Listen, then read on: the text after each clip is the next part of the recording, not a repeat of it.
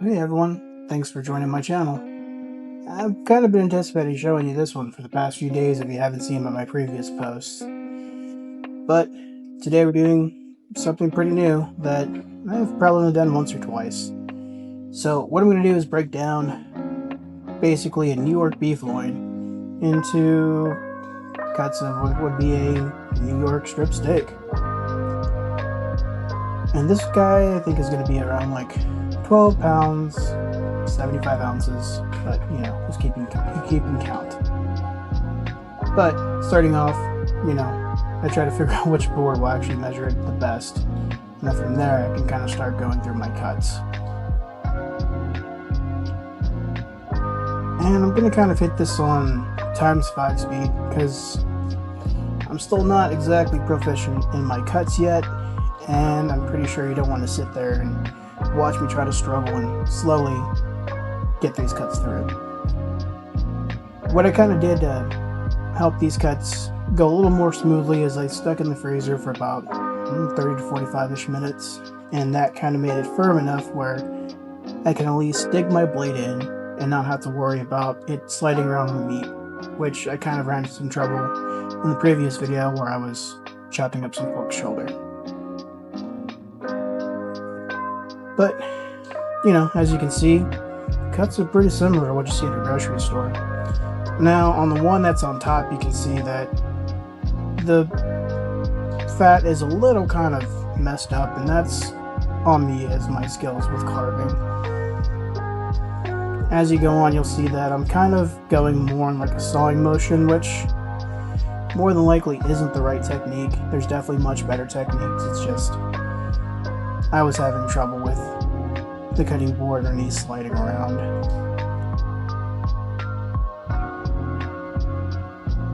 But yeah, one thing I like about being able to carve this meat is I can actually control the size of the cuts I want. As you saw starting off, I was probably cutting about a good quarter of an inch for the steak. These is the steak where the loin got smaller, kind of got a little harder for me to cut. As you can see now, I'm kind of struggling with it just because I can't exactly get a proper angle cut. But the good thing is, with you prepping it yourself, it doesn't really matter how you cut your meat. And I think my plan with these kind of more thicker cuts is I'll probably set them aside and use them for grilling come the day of the 4th of July. I'll throw them on the grill, they'll sear up probably pretty well. They have a nice amount of fat on them, and they'll hopefully get a nice good crust on it. Yep, and we're going to go ahead and speed it back. And I'm kind of doing a quick inventory, kind of seeing like how many sticks I got going so far, just so I can figure out how many sticks I want to set aside when it comes to packaging.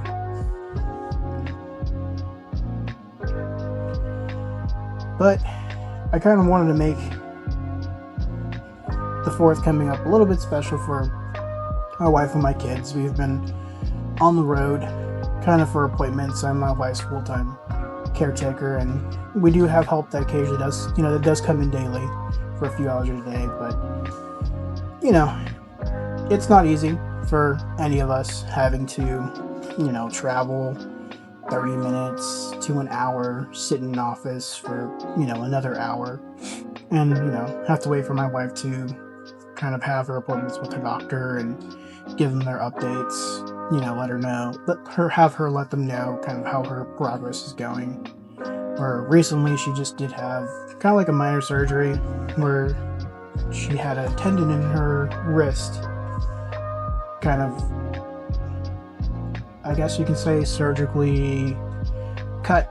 That way she can get better mobility in her hand, and she's currently still in the process of recovery, but she's glad she finally has the brace and wrap off of her arm now. But yeah, going back to the line kind of cut, it's I'm still having issues kind of with the meat, even though it's still a little firm at this point.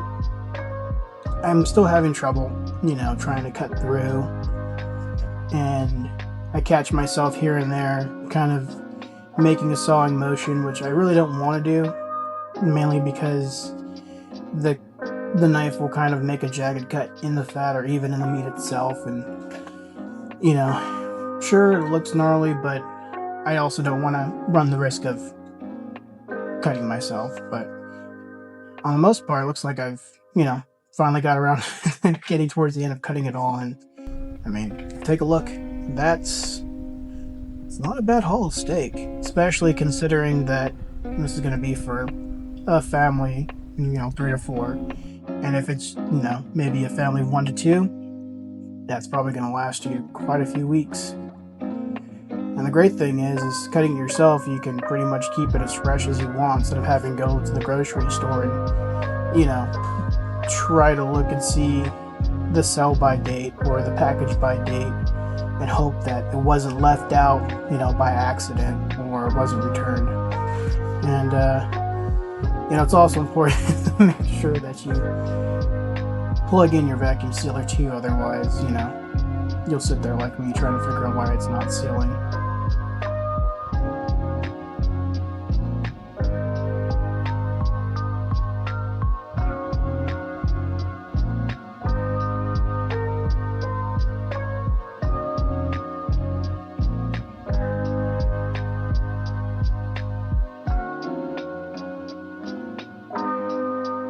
Experience. There's always satisfying when you can always kind of prepare the meat the way you want instead of having to kind of take a look at the inventory that the grocery store may or may not have. And there is always the option where you can ask the butchers, hey, can you cut this amount of pound of meat for me, or can you pre-slice, or can you take this slice of roast back and kind of slice it up for me, which most times I understand that they can. It just, the price kind of changes from there. A lot of people don't usually have the time. I just happen to find the time and have the energy for it, considering the holidays are coming around.